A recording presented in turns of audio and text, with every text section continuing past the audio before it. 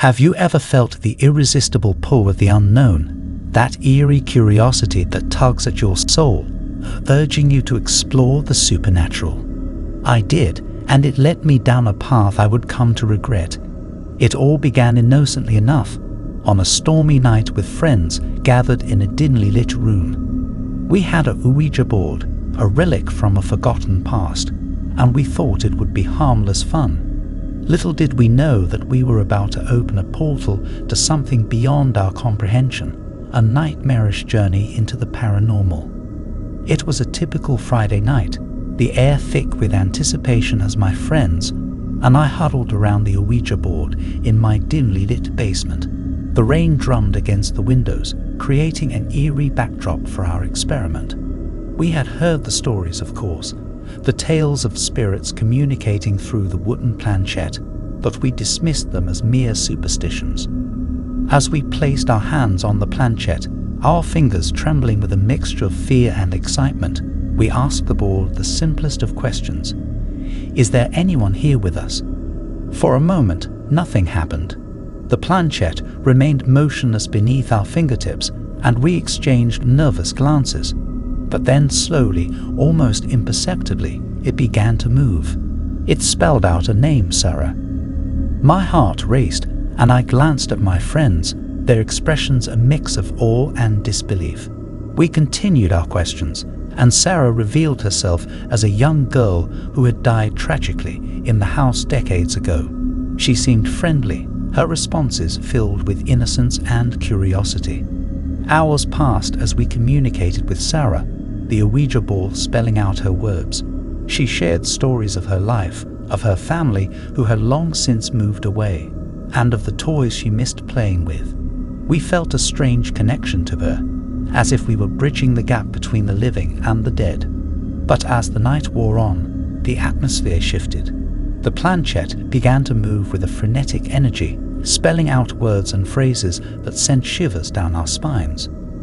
Danger. Leave now. Too late. The basement grew colder, and an oppressive weight settled in the room. It was as if a malevolent presence had joined our gathering, and Sarah's responses turned sinister. She spoke of a darkness that had been awakened, of a relentless force that sought to break free. Panicked, we tried to say goodbye and close the connection, but the planchette had a mind of its own. It refused to move to goodbye, no matter how hard we tried. Sarah's messages grew increasingly urgent, as if she was trying to warn us of an impending doom. Suddenly, the lights in the basement flickered and went out. We were plunged into darkness, our screams echoing through the blackness. When the lights came back on, we found ourselves alone, the Ouija board lying still on the table. Days passed, but the events of that night haunted us. We couldn't shake the feeling that something had followed us back from the other side. Strange occurrences plagued our lives.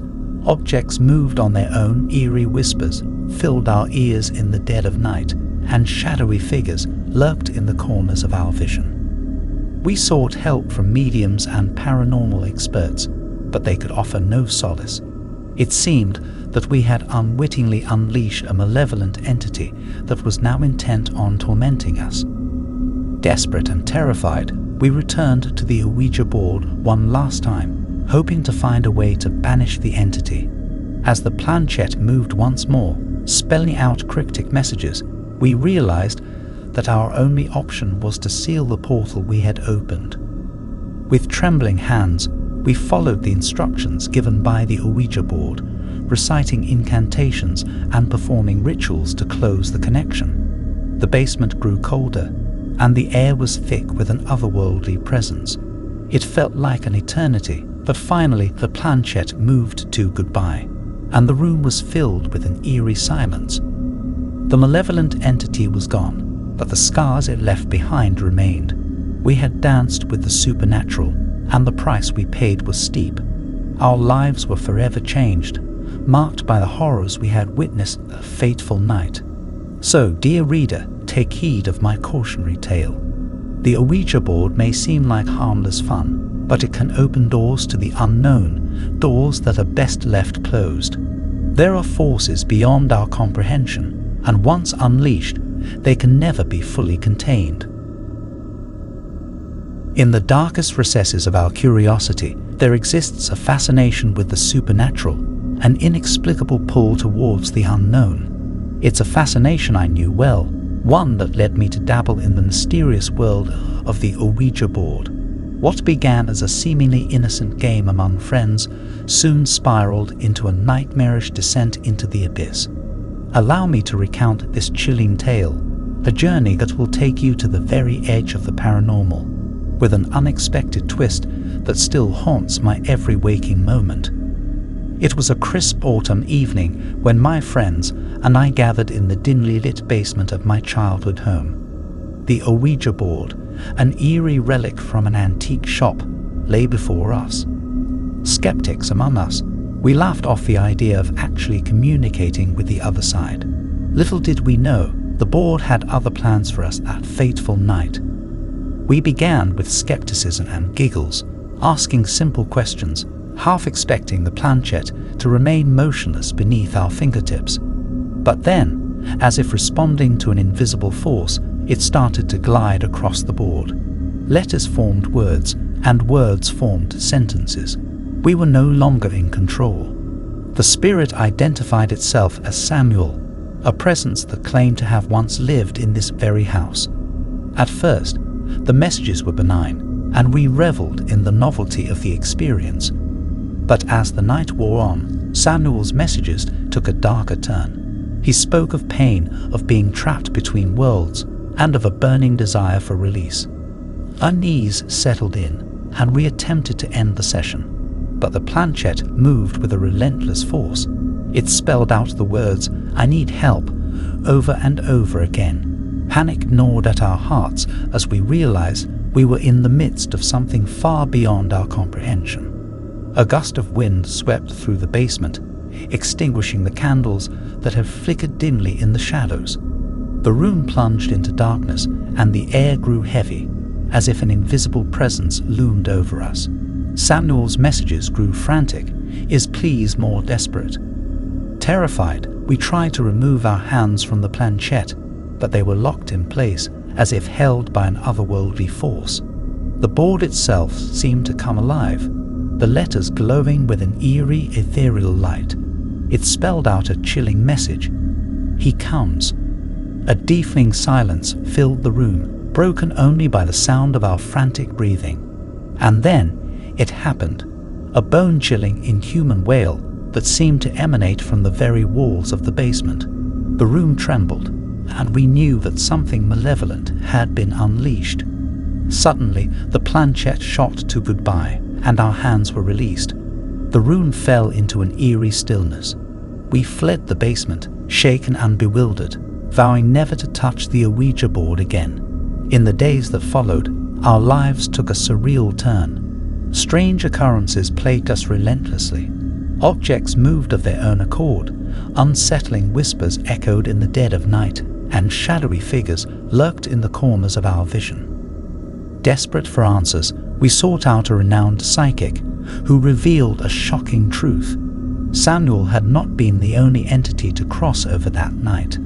Our attempt to communicate with the other side had opened a portal, and a malevolent force had entered our world. As the psychic performed a cleansing ritual, we watched in awe as the room filled with an otherworldly light. The malevolent entity screamed in agony as it was banished back to the darkness from whence it came. We breathed a sigh of relief, but the psychic warned us that the consequences of our curiosity would linger. Weeks turned into months, and the haunting occurrences ceased. We had survived our brush with the supernatural, but the scars remained, a reminder of the dangers that lurked beyond the veil. And then the unexpected twist occurred. It was a quiet night, much like the one where our ordeal began. I was alone in my bedroom, trying to put the past behind me. Suddenly, the room grew cold, and the air became thick with an oppressive presence. A whisper, soft and insidious, filled the room. It was Samuel's voice, but it carried a tone of malevolence I had not heard before.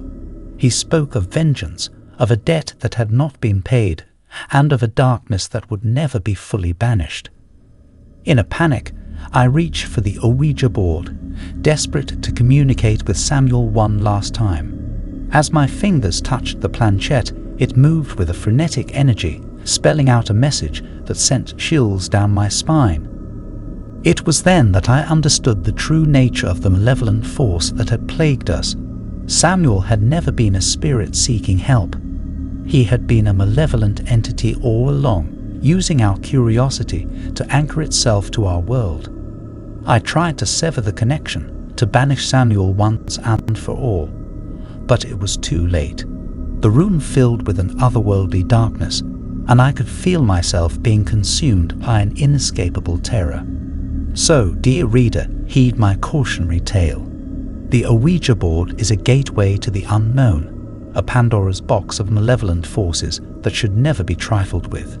Some secrets are best left buried, and some curiosity can lead to a darkness that can never be escaped. As the moon hung low in the night sky, casting an eerie glow through my bedroom window, I found myself standing at the precipice of curiosity and fear. The Ouija board, an enigmatic relic of the supernatural, sat before me, its promise of communication with the other side too tantalizing to resist. I couldn't shake the feeling that something extraordinary, or terrifying, awaited me. I had heard the tales of spirits reaching out through the planchette, and I had dismissed them as mere folklore. But on this fateful night, I would come face to face with the unknown, and a spirit from beyond the veil that would forever change my perception of reality. With trepidation and anticipation swirling within me, I gathered my closest friends, Sarah and Mark, for the Ouija board experiment. We dimmed the lights and lit a few candles, casting a warm, flickering glow over the room. The planchette, its surface cool to the touch, rested at the center of the board, an ominous gateway to the world of the supernatural. We placed our hands on the planchette, our fingertips barely touching its smooth surface. Our laughter echoed in the room as we asked the board our first question, half expecting it to remain motionless. But then, as if guided by an unseen force, the planchette started to glide across the board. Our hearts pounded in our chests as the letters spelled out a name, Emily. Excitement mixed with disbelief as we continued our questions. Emily, it seemed, was a child, a young spirit from a bygone era. She spelled out her age, a mere 7 years old, and our initial apprehension turned into a sense of melancholic curiosity. How had this child spirit found her way to our Ouija board? We soon discovered that Emily had passed away tragically in the very house I now lived in. She spoke of a longing to play once more, of her favorite toys and the garden she had loved so dearly. We felt a strange connection to her, as if we were peering into the distant past, sharing moments of laughter and innocence with a lost soul. But as the night wore on, a chill settled in the room, and the atmosphere shifted. Emily's messages became less innocent and more foreboding. She spoke of loneliness, of a darkness that had taken hold, and of an entity that tormented her. We couldn't ignore the unease that crept over us. The planchette moved with an unsettling force, spelling out words that sent shivers down our spines. Hurt, scared, leave. As fear gnawed at us, we tried to end the session, but the planchette refused to move to goodbye. Panic surged as the room grew colder, and we felt an oppressive presence looming over us. Emily's messages turned desperate, as if she was trying to warn us of an impending doom. Suddenly, the candles flickered and went out, plunging the room into darkness. Our screams echoed through the blackness as we grappled for our phones to use their feeble light. In the dim glow of our screens, we saw a sight that would forever haunt our nightmares. The planchette had moved to goodbye, but Emily's messages continued, spelling out a single word: run. We didn't need further encouragement. We fled the room, gasping for breath, our hearts pounding in our chests. The house was cold and desolate, and an eerie silence hung in the air. In the days that followed, we couldn't escape the feeling that something had followed us back from the other side.